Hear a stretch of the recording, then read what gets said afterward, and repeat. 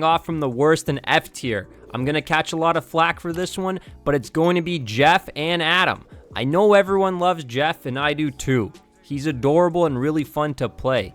His ult can actually go ham sometimes when you swallow the whole team and throw them off the edge, but overall his healing just sucks. The saving grace is you can shoot it kind of far though.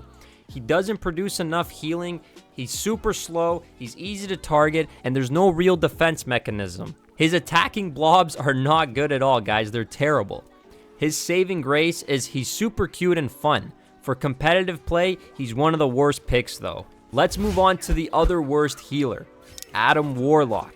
He had a good concept, but for competitive play, he's just kind of useless. His damage attack doesn't do much, and it's hard to hit the right click.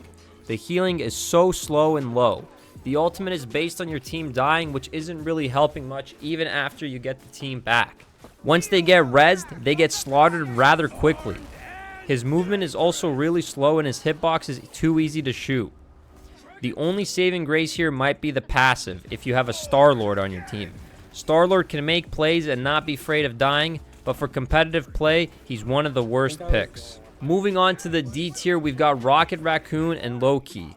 Let's start with the Raccoon first. At first glance, he seems great for comp play. He's shifty with the movement burst, small and agile, and he's got the machine gun.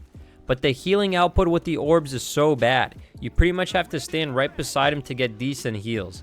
The res kit is decent in comp play, but good players find it and shoot it out fast. The ult is quite good, I will say that. Now the saving grace here is the combo with Punisher and Winter Soldier. The unlimited ammo absolutely fries with Punisher. It's a cheat code if you can play with your buddy and team up. Just stick beside each other and try to carry. But I'm not sure how far you can go with just being a tag team duo. Loki is another one that seems decent at first glance. The switching into decoys offers good spacing and distraction. The regenerative ability is great when timed properly for the team. But man, is he easy to kill when you figure out which one is him. It's usually pretty obvious once you start playing a bit more. And he's slow as hell, which makes him an easy target. Now for healing, it's just really slow too. He just doesn't heal the whole team fast enough in team fights. The ult is pretty good though if you can get a DPS ult transformation like a Punisher or something, and then you can just go absolutely ham on the other team. Overall, he's just too easy to kill in comp and doesn't heal the team enough. Onto the C tier, we've got Mantis. Now this one could be ranked a bit higher, so take this placement with a grain of salt. Only reason she's a bit lower is because the others I've ranked a bit higher. Her normal attack is decent, especially the bonus orb you get after. Her movement is pretty good too. Her nature's favor passive heals over time but doesn't stack, and the duration is not extended by using multiple orbs at the same time, which is not ideal. The movement speed activates after 3 seconds of not being in a combat, and Mantis doesn't need to be in full health in order to gain movement speed. Overall, Mantis is a decent pick for comp if you can pair her movement with the healing well. Just think the next few we're going to go over are a bit better. Our next hero is Invisible Woman, and she's going in the B tier. She's pretty good overall. Her single cast projectile with delayed impact is a good attack and does 40 healing per hit. The orbs can pierce heroes and return to Invisible Woman after reaching their maximum distance.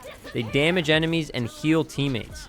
The Invisible Boundary ult is a force field within a chosen area, rendering allies inside undetectable by enemies and providing healing over time.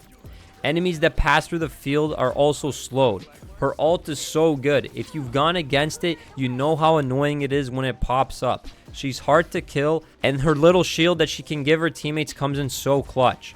Overall, Invisible Woman is a top 3 pick as a healer in comp. Moving on to the A tier, we've got Luna. I was so close to putting Luna in the S tier. Her smooth skate passive is really good. It activates 3 seconds after walking, making her movement really good, which is key for a healer to stay alive. Her damage output for a healer is insane and can heal the whole team really well. Then her ultimate pretty much keeps you and your whole team alive if an enemy has a strong DPS ult. You're pretty much guaranteed to be safe. I know as a Psylocke main, Luna is so hard to play against, and I always make sure I try to take her out first. Her whole kit makes her a strong pick in competitive play as a top 2 pick. Now, saving the best for last, we've got Cloak and Dagger in the S tier. She is hands down the best healer pick for comp. The signature ability of Cloak and Dagger is the skill to switch between 2 different movement sets freely without any cooldown. You begin the match as Dagger, you can swap to Cloak at any time, or vice versa. You can switch between either form as often as you would like, with each ability of both characters mirroring the other, sharing recovery times on skills that have the same input. Cloak and Dagger's ultimate is called Internal Bound, which sees the two characters appear simultaneously. You can perform 4 rapid dashes for a limited time, creating paths that heal allies and damage foes who stand within them. This makes her an absolute unit to fight against. She's half DPS and half healer. This ultimate is perfect for contesting an objective, making it much harder for the enemy team to stay within certain areas. Internal Bond can create a large AoE, blocking the passive characters with a few mobility skills, such as Doctor Strange. Furthermore, it can heal teammates who are in low health far faster than even Dagger's other healing abilities.